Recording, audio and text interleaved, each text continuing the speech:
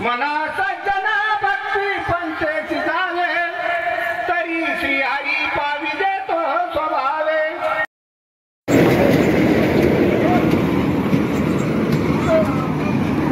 पांडुरंगाच्या मंदिरात ठेवली. केवळ विचारलं हे कशाला?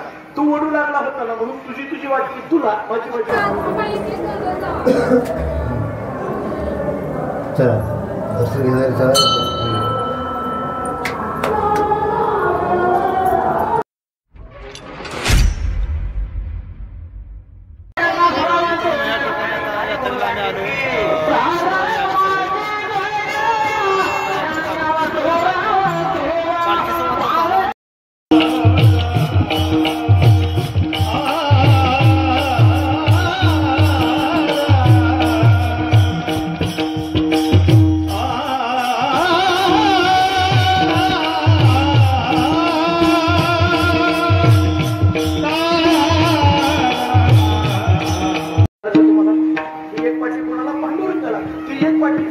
पांडुरंगाच्या मंदिरात ठेवली. केवळ विचारलं हे कशाला? तू ओढू लागला होता ना म्हणून तुझी वाटली तुला माझी वाटली मला. काय संतांची आपल्या अंतःकरणातली सगळी भावना देवाच्या समोर ठेवल्यानंतर तुका म्हणे आता आपल्या सायाशी आम्हा जगद्गुरु तुकोबारांच्या सर्व काही मानकोजी मोठे महाराजांच्या चरित्रात एक कथा अशी सांगितली जाते. पंढरपूरची वारी मानकोजी महाराज करायची आणि मग वारीला निघाल्यानंतर आपल्याजवळ मोहोळ जवळ आहे बघायचं. मोहोळ तालुका त्याच्याजवळ खंडाळी पापरी नावाची गाव आहे. आता जी काही माणसं जुने असतील त्यांना माहिती. आणि दिंडी तिथून निघाली त्या पापरीमध्ये एक संतू पवार नावाचा शेतकरी राहत. तो सकाळी उठायचा शेतात जायचा. त्याच्या बायकोचं नाव होतं गंगूबाई. ती पाठीमागून भाकरी घेऊन जायची आणि नेमकं मानकोजी मोठे महाराजांची दिंडी बघितल्याबरोबर गंगूबाई भाकरी घेऊन निघालेली. त्या भाकरी तिनं रस्त्यावर ठेवल्या. आपण कधी दर्शन घेत नाही संतांचं, कधी भजन करत नाही, कमीत कमी संत दिसायला जावं म्हणून आतमध्ये गेली. माणकोजी महाराजांच्या चरणावर नतमस्तक झाले. माणकोजी महाराजांनी तिला सहज तिच्या डोक्यावर हात ठेवला, सांगितलं काय गंगूबाई यायचं नाही का संतांच्या सेवेत पंढरपूरला? सहज बोलणी ही तुम्ही भाकरीची पाठी रस्त्यावरच आणि ती गंगूबाई निघाली पंढरपूरला. पांडुरंगाने पाहिलं. पांडुरंगाला वाटायला लागलं माझ्या माणकोजी बोधे महाराजांच्या हातात काय ताकद आहे. सहज चल म्हटल्याबरोबर ती गंगूबाई पंढरपूरला निघाली. चांगलं आहे. पण पांडुरंगाने विचार केला ही पंढरपूरला निघाली खरं आहे, पण भाकरीची पाठी रस्त्यावरच यायची. तिच्या नवऱ्याला पोच केली पाहिजे. कोणाला पाठवावं? पांडुरंगाने रुक्मिणी मातेला बोलून घेतला. रुक्मिणी इकडे या. म्हणजे काय? ताबडतोब गंगूबाई सारखं रूप घ्या, तिच्यासारखी साडी नेसा आणि ती भाकरीची पाठी तिच्या नवऱ्याला नेऊन द्या. बरं जा लवकर. रुक्मिणी मातेने सांगितलं असली कामं करायला लग्न केलं नाही, अजिबात जमायचं. उचनीच काही काम सांगत राहता म्हटले अजिबात जमायचं. देवाने सांगितलं मी सांगतोय. रुक्मिणी मातेने सांगितलं मीच तुम्हाला सांगते जमायचं नाही. देवाने विचार केला आता बायकोच ऐकेलं कुणाला सांगायचं, काय सांग आता करायचं. देवाने विचार केला काम काय आहे ते भाकरीची पाठी उचलून न्यायची. आपल्याला काय काम आहे? अनंत रूपे अनंत विषय. देवाने स्वतः गंगूबाई व्हायचं ठरवलं. कोण ऐकत नाही. एका घरी गेलो मोठे महाराज घरी गेलो तर ते स्वतःच पाणी आणायचे, स्वतःच चहा द्यायचे, स्वतःच नाश्ता द्यायचे. मला बरं वाटेल. मी म्हणलं कुणाला तरी सांगा तुम्ही कशाला करता. ते नाही मला दुसऱ्याला सांगितलेलं आवडत नाही. आपण आवाज आला यांचं कुणी ऐकत नाही. मग लक्षात आलं हे स्वतःच करत नाही. कधी कधी असं घडतं आपल्याला. आणि मग देवाने विचार केला बायको ऐकेना कुणाला सांगायचं. स्वतःच गंगूबाई झाली. तिथं आले पापरीमध्ये. ती भाकरीची जायचं असतं म्हणजे कुठपर्यंत शिवपर्यंत. आपण काही सगळं चालत जायचं नसतं. वारकऱ्यांनी चालायचं असतंय, आपण फक्त पुढे लावायचं असतंय. पण ही गंगूबाई चालत गेली ना. आता काय एक नाही दोन नाही 5 दिवस गंगूबाई पंढरपूरला पोहोचली. चंद्रभागेचं स्नान केलं. परतीच्या प्रवासाला लागल्यावर तुझ्या लक्षात आलं भाकरीची पाठी रस्त्यावर आहे. 5 दिवसात रडायला मानकोजी बोलते महाराजांनी विचारलं काय झालं. म्हणजे भाकरीची पाठी रस्त्यावर आहे. काय बोललं जात असेल, काय म्हणत असतील माझ्याबद्दल. महाराजांनी सांगितलं काळजी करू नको, मी येतो. महाराज येतात. संतू पवाराच्या दारात येतात. मोठ्याने हाक मारतात. संतू पवार आहेत का? ही हाक संतू पवारांनी ऐकली आणि स्वयंपाक घरात काम करणाऱ्या गंगूबाईने म्हणजे कुणी पांडुरंगाने ही हाक ऐकल्याबरोबर पांडुरंगाने पलीकडल्या दरवाजाने पंढरपूर गाठला. इथं संतू पवार बाहेर आला. बघतो तर महाराजांना विचारलं महाराज तुम्ही कसं काही विचार केलं. महाराजांनी सांगितलं काही नाही. तुझी गंगूबाई गेली 5 दिवस झाला आमच्या सर्व संतांच्या सेवेत पंढरपूरला पांडुरंगाच्या दर्शनाला आली होती. मनात काही वाईट विचार पाडू नको, मी तिला घेऊन आलो.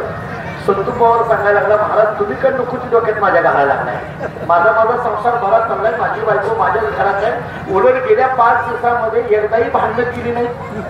पांडुरंगाने विचार केला, आयुष्यभर नांदायचं नाही तर भांडायचं कशाला?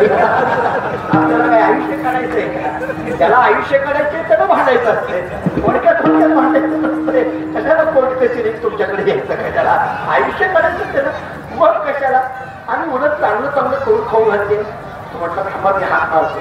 गंगू म्हणजे हात मारली, आतून काही गंगू आलेली पण पुढे असलेली गंगू समोर आली. त्या खऱ्या गंगूबाईकडे बघितल्यानंतर संतू महाराजांनी विचारलं, गंगू तू स्वयंपाक कशी काय? ते खऱ्या गंगूबाईंनी सांगितलं, माझं तुमचा काहीतरी बदल झालाय. मी घरातच नाही, तो स्वयंपाकघरातून येण्याचा विषयच नाही. मी 5 दिवस झालं संतांच्या सेवेत गेलेली होती. आता संतू पवाराला कळे ना. संतू पवारांनी मातोजी बोलले महाराजांना विचारलं, मला कळत नाहीये, तुम्ही म्हणता तेही खरं आहे, पण माझा अनुभव खोटा नाही. जर माझी गंगूबाई तुम्हा सर्व संतांच्या सेवेत पांडुरंगाच्या दर्शनाला आली असेल तर माझ्या घरी गेली 5 दिवस झालं कोण कामं करत होता? मानकोजी महाराजांनी डोळे झाकले आणि मानकोजी बोलले महाराजांनी रडत सांगितलं, संतू पवार तो भाग्यवान आहे. योगी जपी सती ज्ञानांच्या स्वप्नात जो पांडुरंग जात नाही तो पांडुरंग परमात्मा तुझ्या घरी गंगूबाई म्हणून गेली 5 दिवस झालं कामं करत होता. संतू पवारांनी विचारलं, महाराज देवाने असं का करावं?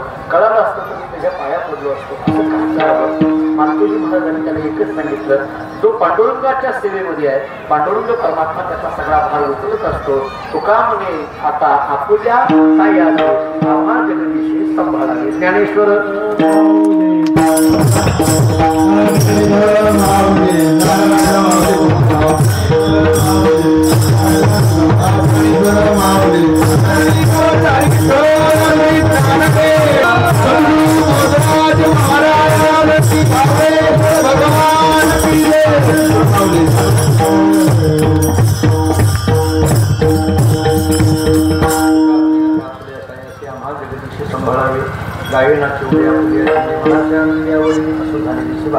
पांडुरंगाच्या चरणी महाराजांच्या चरणी भगवान सावळेश्वराच्या चरणी ही सेवा समर्पित करतो. एक असणारा ऐतिहासिक पौराणिक पांडवकालीन असलेला दाखला ज्या गावाला आहे आता एका अत्यंत पवित्र स्थानामध्ये साव्यामध्ये हा उत्सव या ठिकाणी संपन्न होतो. गेल्या वर्षी मी इथं कीर्तन सेवेला आलो होतो. महाशिवरात्रीची कीर्तन सेवा केली होती. याही वर्षी रामेश्वर महाराज आणि त्या सगळ्या ग्रामस्थांची इच्छा होती, माझ्या काही परंपरेच्या अडचणीमुळे येणं शक्य नाही म्हणून आज सेवेला आपल्याकडे आलो. परंतु इतकीच गर्दी तितकाच उत्साह या ठिकाणी दिसून येतो. म्हणजे आज मंडप बघून गर्दी जर श्रोत्यांची असेल आणि मला असं वाटतं की एवढा मोठा उदंड प्रतिसाद आणि एवढं मोठं नियोजन नाही. सावे हे गाव किती मोठं आहे मला माहीत नाही, कारण मी डायरेक्ट येतो ते मंडपातच येतोय, त्यामुळे कुठं गावात कुणाच्या घरी गेलो नाही काही माहीत नाही. पण गाव जरी लहान असलं तरी गावकऱ्यांचं मन मात्र महान आहे हे याच्यातून कळत आहे. त्या गावामध्ये इतकं मोठं नियोजन करायचं. सगळी आमची वारकरी मंडळी, गायक मंडळी, रामेश्वर महाराज आमचे जाधव ही वारकरी शिक्षण संस्था आमची आहे. त्या संस्थेच्या माध्यमातून रामेश्वर महाराज या उत्सवाचं नियोजन करतात. त्यामुळे आपण अत्यंत प्रेमाने या उत्सवामध्ये सहभागी आहात. मला आश्चर्य वाटतं, म्हणजे उत्सवानंतर अनेक मंडळी या उत्सवाशी जोडली जातात. आज अनेक सांगोला तालुक्यातली शहरातली सगळी वकील मंडळी आहेत. राजूदादा आहेत, काळुंगे सर स्वतः इतका वेळ या कीर्तन सेवेमध्ये उपस्थित आहेत. संप्रदायाचं काम करणारी आपण सगळी महाराज मंडळी इथं उपस्थित आहे. आणि मला साव्याचं फार आश्चर्य वाटतं. रामेश्वर म्हणजे इथं 5-6 कीर्तनकार आहेत. तुम्ही विचार करण्यासारखा 5-6 कीर्तनकार एका गावात आणि इतक्या गुणे गोविंदा नाहीतर आमच्याकडे लिहित आहे काय पण इतक्या सगळे कीर्तनकार इथं राहणं म्हणजे सावळेश्वरांची किती मोठी कृपा असते. सावळेश्वर भगवंताच्या या अधिष्ठानामुळे इतके या महाशिवरात्रीच्या काळामध्ये आता एकही कीर्तनकार भेटायचं अवघड आहे. पण आज सगळी एवढी महाराज मंडळी या सावे या गावामध्ये या ठिकाणी उपस्थित आहेत. सावे ग्रामस्थावर सावळेश्वरांची कृपा आहे ती अखंड राहावी आणि हा सावळेश्वरांचा महाशिवरात्रीचा उत्सव उत्तरोत्तर वाढत राहावा. सांगोला नगरीमध्ये गेली प्रवचनं मी करतोय 3-3 दिवसाची आणि तसा हा सगळा परिसर म्हणजे मान नदीच्या या काठावरचा असणारा हा सगळा परिसर ऐतिहासिक, सांस्कृतिक, साहित्यिक, आध्यात्मिक अंगाने बहरलेला आहे. त्याची उंची वाढावी एवढी भावना या ठिकाणी व्यक्त करतो. पुन्हा एकदा भगवंताच्या नावावर मानकोजी बोधराज समर्पित करतो. मानकोजी बोधराज हे एक भजन 1 मिनिटामध्ये होईल. नंतर रामेश्वर महाराज जशी रचना करतील तशी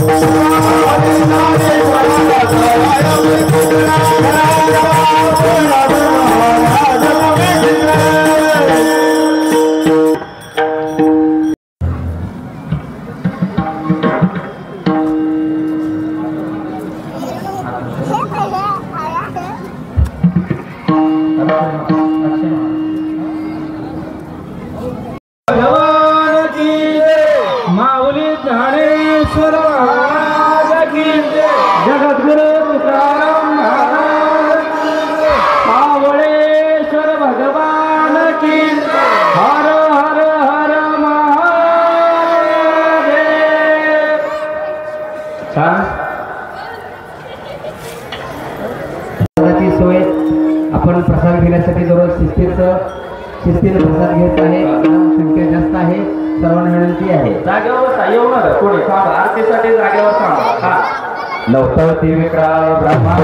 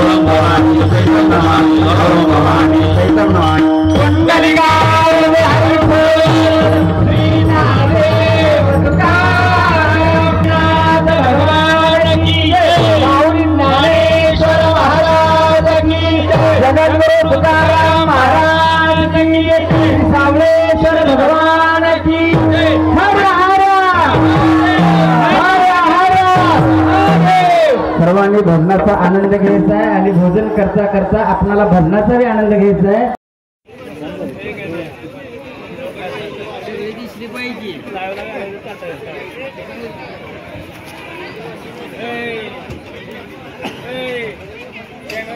उलट बघायला लागते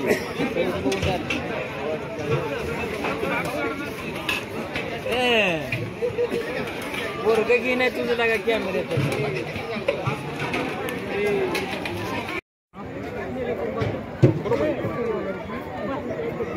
गण्याला कुठली अर्धा घेऊ नको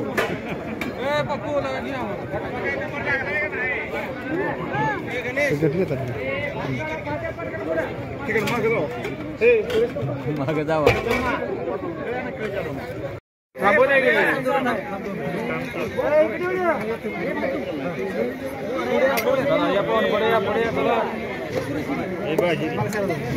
चला चला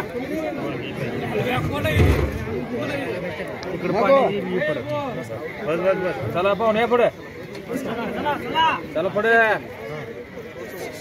चला खाणारे चला चला मग खाणार चला मग काहीतरी चला पटापट जरा चला